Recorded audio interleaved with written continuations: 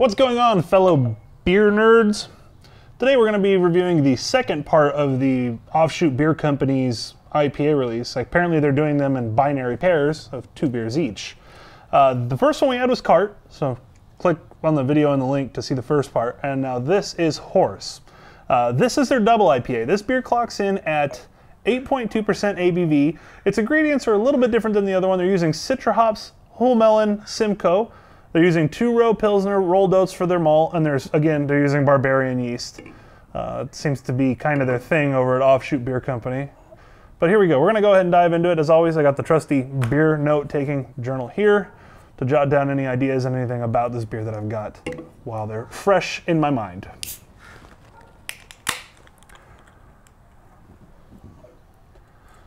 Let's see what we got here.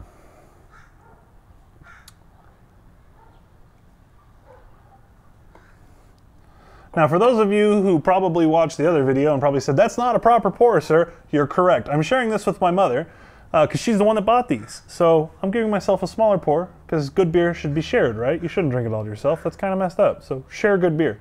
But we're going to go ahead and we're going to talk about this for a minute. Before I even take a sip, let's just start off and say that when she told me what these things cost per can, I was kind of shocked. The Cart costs about $20 a 4-pack, so about $5 per 16 ounces of that beer. And to me, that's astronomical. I mean, Offshoot beer, I get it. You're part of Brew, you're part of Brew. Your beers are priced reasonably for the reputation you've garnered through the beers you've done. So all of your sours are really nice. Your big barrel-aged beers are one of a kind. They're unique. But you're going into a saturated market with IPAs, and you're pricing these bad boys at $20 a 4-pack for the Cart. This one, Horse, 22 bucks a freaking 4-pack. You're talking $5.50 a can. Let's see if this one lives up to $5.50 a can, because the other one, to me, take it or leave it. I mean, it's not amazing, but you know, we'll see. All right, so here we go. We're gonna dive into this bad boy and see if the Citra hops and the Simcoe can save the day. Whole melon's a hop I'm not super big on, but we'll see. We'll see how it all plays together. Now you'll notice the color on this one, because they're doing oats again, it's hazy. It's like a Vermont style IPA, but this is a double, so obviously it's a little bit higher alcohol. You can see some fingers going down the glass when you examine it, when you move it around in there. So it's not super high like some of their other beers, clocking in at 20% like Black Tuesday or Mocha Wednesday, and those beers are up there. And those are stouts, but enough talking about this beer. Let's see what we got here.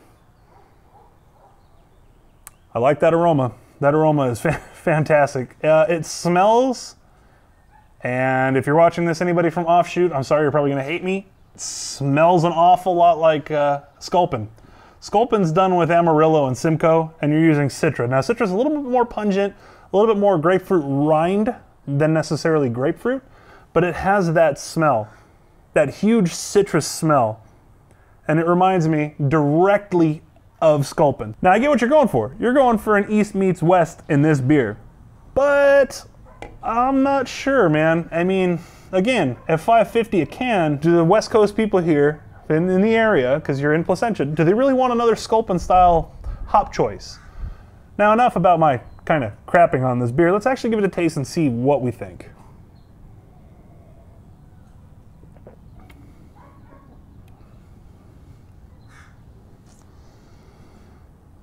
Same thing I said about the last beer, the Cart. This one suffers from the same, the same drawback, if you will. And it's, to some people it's a drawback, to some people it's not. For me, I really like Heady Topper. Anytime I can get my hands on it, I will get it because that beer is super delicious and very well done. It's just a good beer all around. This one, I think, is closer to Heady Topper than Cart. However, and by the way, I'm not trying to like compare every single beer to Heady Topper, but that's like the biggest one that everybody seems to know about hazy IPAs. I could talk about freaking Dank Sauce or, you know, a couple other ones from around the area, but we're not going to go there. This one's closer to that character than Cart. Horse seems to be a little bit better, but it suffers from the same problems that Cart suffered from, and the fact that it's so balanced that I want more from it. You don't get the malt character, and you can tell they're using Pilsner malt in here because it has literally no character.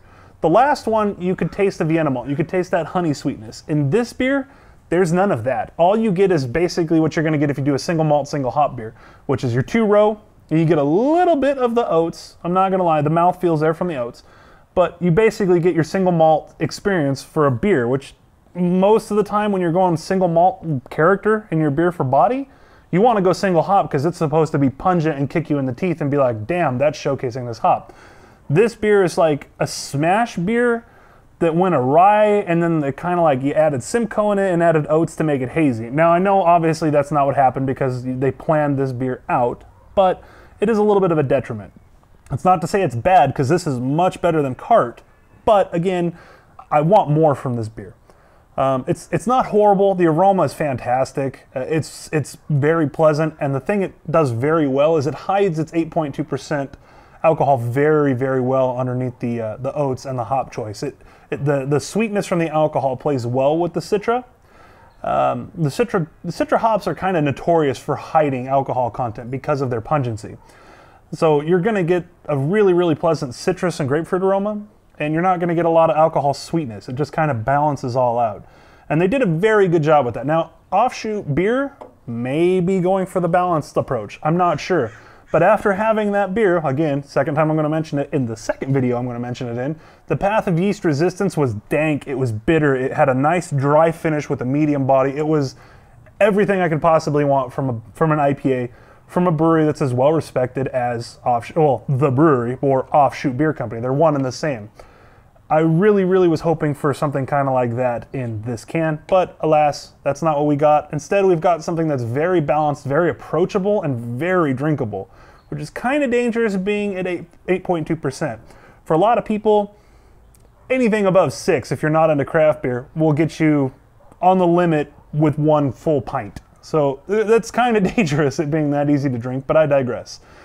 If I had to rate this beer on a scale of 1 to 10, as I usually do, I would easily give this beer an 8 out of 10. It's not ground shaking, it's not making waves, it's there. It's above average, but it's not anything to actively go out and be like, I need to get that beer if I see it in shops. I'm taking the price into consideration on all this. At the price per can, $5.50 for this, it's not worth $5.50. It's basically a little bit more medium-bodied version of Sculpin with a more balanced approach.